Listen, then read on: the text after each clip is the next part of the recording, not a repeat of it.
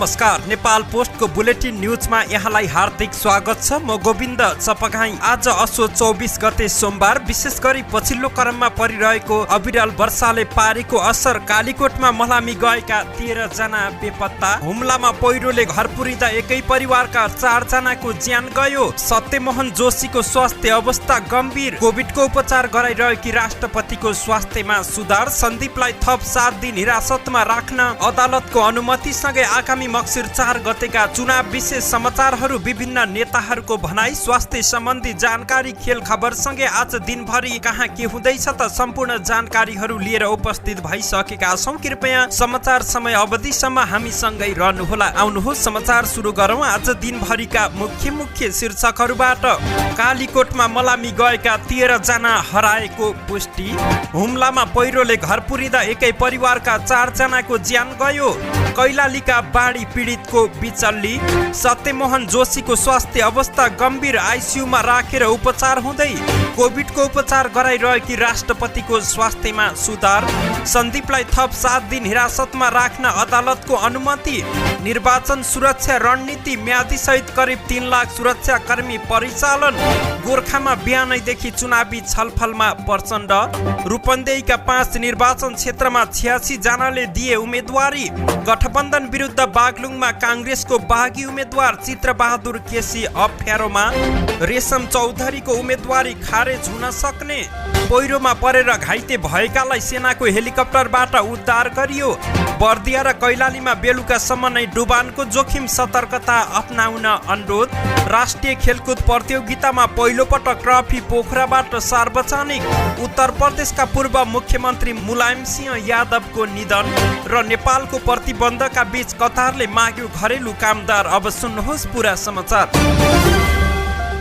कालीकोटको तिला गुफा 4 राँचुलीमा मलामी गएका 13 जना बेपत्ता भएको पुष्टि भएको जिल्ला प्रशासन कार्यालयले जनाएको छ। आइतबार तिला नदी किनारमा लास जलाउँदै पहिरो झरेपछि मलामी गएकाहरूको भागाभाग भएको थियो। तिनै मध्ये 13 जना हराएको पुष्टि भएको प्रमुख जिल्ला अधिकारी रामहरि शर्माले जानकारी दिएका हुन्। गाउँका अन्य घरहरू पनि पहिरोको जोखिममा परेकाले केही स्थानीयवासी कालीका माविमा आश्रय लिएर बसेको पनि प्रजीय शर्माले बताएका छन्। त्यहाँ करिब 100 घर रहेका छन्। बालबालिकाहरू समेत गरी 500 जतिले स्कुलमा आश्रय लिएर बसेको अनुमान रहेको प्रजीय शर्माले जानकारी दिएका हुन्। मौसम सुधार भएपछि हेलिकप्टरबाट उनीहरूलाई उद्धार गर्ने तयारी पनि गरिएको उनले जानकारी दिएका छन्।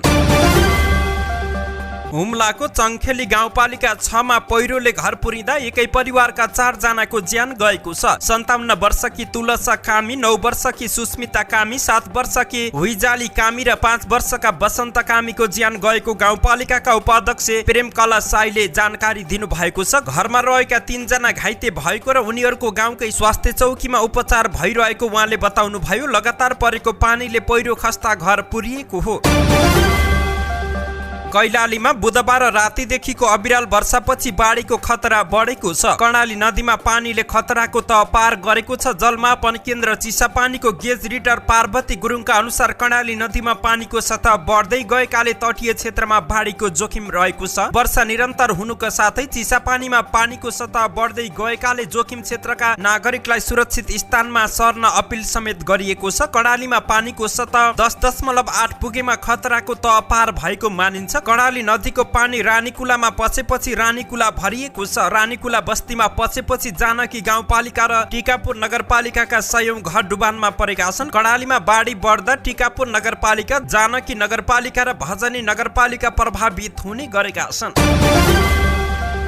सत्यमोहन जोशीको स्वास्थ्य अवस्था गम्भीर रहेको छ। ललितपुरको किष्ट अस्पतालमा उनको उपचार जारी रहेको छ। असोज 6 गतेदेखि सोही अस्पतालमा उपचार र जोशीमा डेङ्गु संक्रमण पुष्टि भएको थियो। विभिन्न रोगबाट समेत ग्रसित उनलाई हाल डेङ्गुले गलाएको र खाना खान मन नगर्दा समस्या भएको अस्पतालका अधिकारी अमिश पाठकले जानकारी दिएका छन्। पछिल्लो 3-4 दिनदेखि उनलाई खानामा बिल्कुलै अरुचि हुने तथा खुलेर संवाद गर्न नसक्ने भएको पाठकको भनाइ रहेको छ। अस्पतालका निर्देशक डाक्टर सुरज बज्राचार्यले जोशीको स्वास्थ्यमा उल्लेखनीय प्रगति नभएको र युरिन इन्फेक्सन तथा छातीमा निमोनियाका कारण आइतबारदेखि आइसियुमा राखेर उपचार भइरहेको उनले जानकारी दिएका छन्। किष्ट अस्पतालले जोशीको स्वास्थ्य उपचारमा निरन्तर सहयोग गर्दै आएको छ। राष्ट्रपति विद्यादेवी भण्डारीलाई कोरोना संक्रमण पुष्टि भएको छ। खोकी तथा ज्वरोका कारण शरीरमा कमजोरी महसुस भएपछि भण्डारी शनिबार महाराजगञ्ज स्थित त्रिवी शिक्षण अस्पतालमा भर्ना हुनु भएको थियो। हाल राष्ट्रपति भण्डारीको स्वास्थ्य स्थिति सामान्य र सुधार उन्मुख रहेको राष्ट्रपतिका प्रमुख स्वकीय सचिव भेषराज अधिकारीले जानकारी दिएका हुन्। स्थिति अहिले सामान्य नै रहेको छ। खानामा रुचि रहेको छ। माइल्ड किसिमको कोभिड देखियो। चिकित्सकको परामर्श अनुसार 1-2 दिन अस्पतालमै रहन सक्ने पनि उनले जानकारी दिएका छन्। बलात्कार आरोपमा पक्राउ परेका क्रिकेटर सन्दीप लामिछानेलाई 7 दिन हिरासतमा राखेर अनुसन्धान गर्न जिल्ला अदालत काठमाडौँले अनुमति दिएको छ। गत भदौ 5 गते 17 वर्षीय नाबालिगमाथि बलात्कार गरेको आरोप लागेका सन्दीपलाई 20 असोजमा प्रहरीले पक्राउ गरेको थियो। तर दशैंको बिदा परेका कारण अदालत बन्द भएकाले आज मात्र उनलाई अदालतमा उपस्थिति गराइएको हो। कतारको दुवाबाट बिहीबार बिहान काठमाडौँ स्थित अन्तर्राष्ट्रिय विमानस्थल ओर्लिए लगतै सन्दीप पक्राउ परेका थिए। आगामी संसदीय निर्वाचनका लागि प्रक्रिया सुरु भएसँगै सुरक्षा व्यवस्था पनि कडा पारिएको छ। गृह मन्त्रालयको निर्वाचन लक्षित एकीकृत सुरक्षा योजना अन्तर्गत नेपाली सेना, सशस्त्र प्रहरी बल, नेपाल प्रहरी तथा राष्ट्रिय अनुसन्धान विभाग संयुक्त रूपमा परिचालन भएका छन्। मन्त्रालयका अनुसार आगामी मक्सिर 4 गते हुन गइरहेको प्रतिनिधि सभा र प्रदेश सभा सदस्य निर्वाचनका लागि उम्मेदवारी दर्ता भएसँगै 4वटै सुरक्षा निकाय संयुक्त रूपमा परिचालित भएका छन्। निर्वाचन सुरक्षा रणनीति अनुसार 1,15,000 म्यादी प्रहरी सहित करिब 3 लाख सुरक्षाकर्मी परिचालन हुनेछन्। आइतबार उम्मेदवारी दर्ता भएसँगै मुख्य निर्वाचन अधिकृत र निर्वाचन अधिकृतको कार्यालय सहितको सुरक्षाका लागि देशभर सशस्त्र प्रहरी बल परिचालन गरिएको पनि मन्त्रालयले जानकारी दिएको छ। नेकपा माओवादी केन्द्रका अध्यक्ष पुष्पकमल दाहाल प्रचण्डले आज बिहानैदेखि चुनाव केन्द्रित छलफल सुरु गरेका छन्। आइतबार गोर्खा क्षेत्र नम्बर 2 मा उम्मेदवारी दर्ता गरेका प्रचण्डले आज सोमबार बिहान पार्टीका नेताहरू तथा सत्ता गठबन्धनका नेताहरू र उम्मेदवारहरूसँग सामूहिक छलफल गरेका छन्। प्रचण्डले सुरुमा माओवादी गोर्खाका नेताहरू तथा स्थानीय चुनावमा माओवादीबाट निर्वाचित प्रमुखहरूसँग छलफल गरेका थिए। त्यसपछि उनले सत्ता गठबन्धनका जिल्लामा रहेका नेताहरूसँग छलफल गरेका छन्। प्रचण्डले नेपाल समाजवादी पार्टीका अध्यक्ष बाबुराम भट्टराई र माओवादीका वरिष्ठ उपाध्यक्ष नारायण काजी श्रेष्ठलाई साथसाथै राखेर चुनावी छलफल गरिरहेका छन्।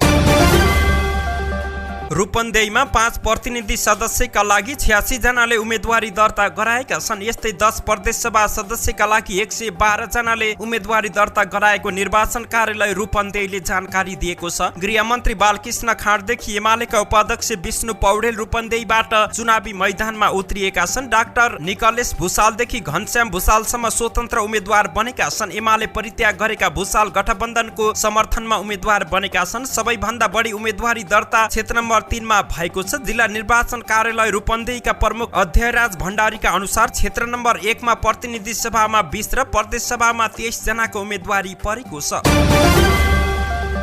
आसन्न प्रतिनिधि सभा तथा प्रदेश सभा निर्वाचनका लागि बागलुङबाट 36 जनाले हिजो आइतबार मनोनयन दर्ता गराएका छन्। नेपाली कांग्रेस, नेकपा माओवादी केन्द्र, राष्ट्रिय जनमोर्चा, नेकपा एकीकृत समाजवादीले गठबन्धन गरी संयुक्त रूपमा उम्मेदवारी दर्ता गराएका छन् भने नेकपा एमाले, राष्ट्रिय प्रजातन्त्र पार्टी रापरपा, नेपाली कांग्रेस बीपी, राष्ट्रिय स्वतन्त्र पार्टी लगायतले भने एकल रूपमा उम्मेदवारी दर्ता गराएका छन्। बागलुङ क्षेत्र नम्बर 1 बाट प्रतिनिधि सभामा 2 जना स्वतन्त्र सहित 7 जनाले उम्मेदवारी दर्ता गराएका छन्। बागलुङको क्षेत्र नम्बर 1 बाट प्रतिनिधि सभामा गठबन्धनबाट राष्ट्रिय जनमोर्चाका केन्द्रीय अध्यक्ष चित्रबहादुर केसी, नेकपा एमालेका केन्द्रीय सदस्य डाक्टर सूर्य पाठक, राष्ट्रिय स्वतन्त्र पार्टीका खिमानन्द कणेल, नेपाली कांग्रेस बीपीका शिवलाल सापकोटा, राष्ट्रिय प्रजातन्त्र पार्टीका लक्ष्मी सापकोटाले उम्मेदवारी दर्ता गराएका छन्।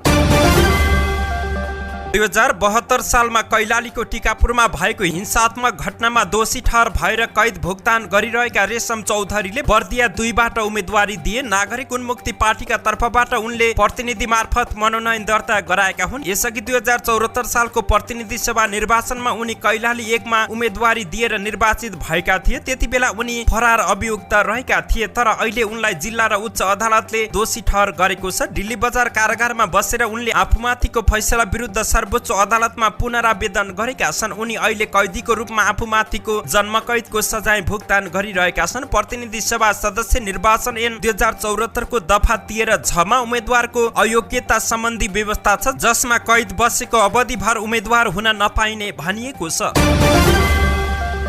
उत्तरी गोर्खामा पहिरोमा परेर घाइते भएका एकजनालाई नेपाली सेनाको हेलिकप्टरबाट उद्धार गरिएको छ। सुर्खेत घर भएका 42 वर्षीय दीपक विकलाई उद्धार गरिएको छ। केही दिनदेखिको अविरल वर्षाले गोर्खाको चुमनुम्बरी गाउँपालिका 6 लोकपामा पहिरो झरेको थियो। उक्त पहिरोमा परेर घाइते भएका उनलाई हिजो आइतबार हेलिकप्टरबाट उद्धार गरिएको हो। उनलाई उद्धार गरी काठमाडौँ ल्याइएको छ। उनको अवस्था खतरा मुक्त रहेको सैनिक जनसम्पर्क तथा सूचना निर्देशनालयले जानकारी दिएको छ।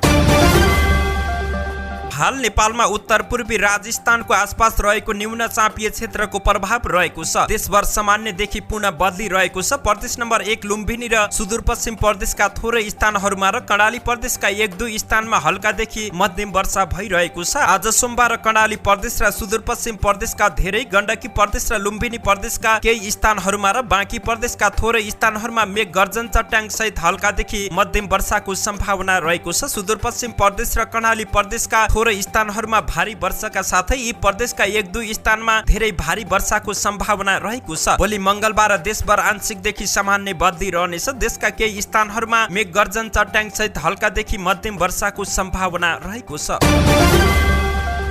9औं राष्ट्रिय खेलकुद प्रतियोगिताको छेकोमा पहिलो पटक राष्ट्रिय खेलकुद प्रतियोगिताको ट्रफी तयार गरिएको छ। उक्त ट्रफी पोखराबाट सार्वजनिक भएको छ। विभिन्न प्रदेश घुमाएर ट्रफी आइतबार साँझ पोखरा ल्याइएको हो। गण्डकी प्रदेशमा आयोजना हुने प्रतियोगिताको ट्रफी गण्डकीका मुख्यमन्त्री कृष्णचन्द्र नेपाली पोखरेलले सार्वजनिक गरेका हुन्। अब उक्त ट्रफी पोखराका विभिन्न सार्वजनिक ठाउँहरूमा राखेर प्रदर्शन गरिनेछ। खेलाडी, प्रशिक्षक, व्यवस्थापक, खेल पदाधिकारीहरू, विभिन्न पाहुना तथा सर्वसाधारणका लागि ट्रफी प्रदर्शन गरिएको हो। ट्रफी सहित खेल पदाधिकारी, विशिष्ट पाहुनाहरू सहित सवारी साधनबाट नगर परिक्रमा गराइने कार्यक्रम रहेको छ। पोखराको Amarsingh Chowk, Rani Pauwa, Mahendra Pul, Nadipur, Prithvinarayan campus gate, Ganesh hardware Chowk भित्र बजार हुँदै बगर चोक, बाग बजार चोक, 0 किलोमिटर हुँदै हल्लन चोक र बहारी चोकमा ट्रफी प्रदर्शन गरिने कार्यक्रम रहेको छ। भारतको उत्तर प्रदेशका पूर्व मुख्यमन्त्री तथा समाजवादी पार्टीका संस्थापक मुलायम सिंह यादवको निधन भएको छ। समाजवादी पार्टीले ट्विट गर्दै आफ्ना संस्थापक नेताको 82 वर्षको उमेरमा निधन भएको पुष्टि गरेको छ। उनको एक हप्तादेखि हरियाणाको गुरुग्राममा रहेको मेदान्त अस्पतालमा उपचार भइरहेको थियो। उपचारकै क्रममा उनको निधन भएको हो। सन् 1989 मा पहिलो पटक उत्तर प्रदेशको मुख्यमन्त्री बनेका उनले 3 पटक प्रदेशको नेतृत्व गरेका थिए। त्यस्तै उनी संघीय सरकारमा रक्षा मन्त्री समेत बने थिए। कतार सरकारले घरेलु कामदारका लागि आवेदन आह्वान गरेको छ। कतारको आन्तरिक मन्त्रालयले एक सूचना जारी गर्दै नेपाली घरेलु कामदारका लागि आवेदन आह्वान गरेको छ। जबकि नेपालले 2073 सालदेखि घरेलु कामदार पठाउन प्रतिबन्ध लगाएको अवस्था रहेको छ। नेपालले प्रतिबन्ध लगाएकै घरेलु कामदारका लागि आवेदन दिन भन्दै मन्त्रालयले सार्वजनिक सूचना जारी गरेको हो। काठमाडौँमा रहेको कतार भिसा सेन्टर QVCबाट आवेदन दिन सकिने मन्त्रालयले जानकारी दिएको छ। सरकारले घरेलु कामदार पठाउने विषयमा छलफल चलाइरहेका बेला कतारले आवेदन आह्वान गरेको छ। सूचना निकाल्दै QVCले महिला तथा पुरुषले घरेलु कामदारका लागि आवेदन दिन सकिने र त्यसका लागि समय बुक गर्न सकिने जानकारी दिएको छ। धन्यवाद। यस्तै ताजा समाचारको लागि नेपाल पोस्ट हेर्दै गर्नुहोला।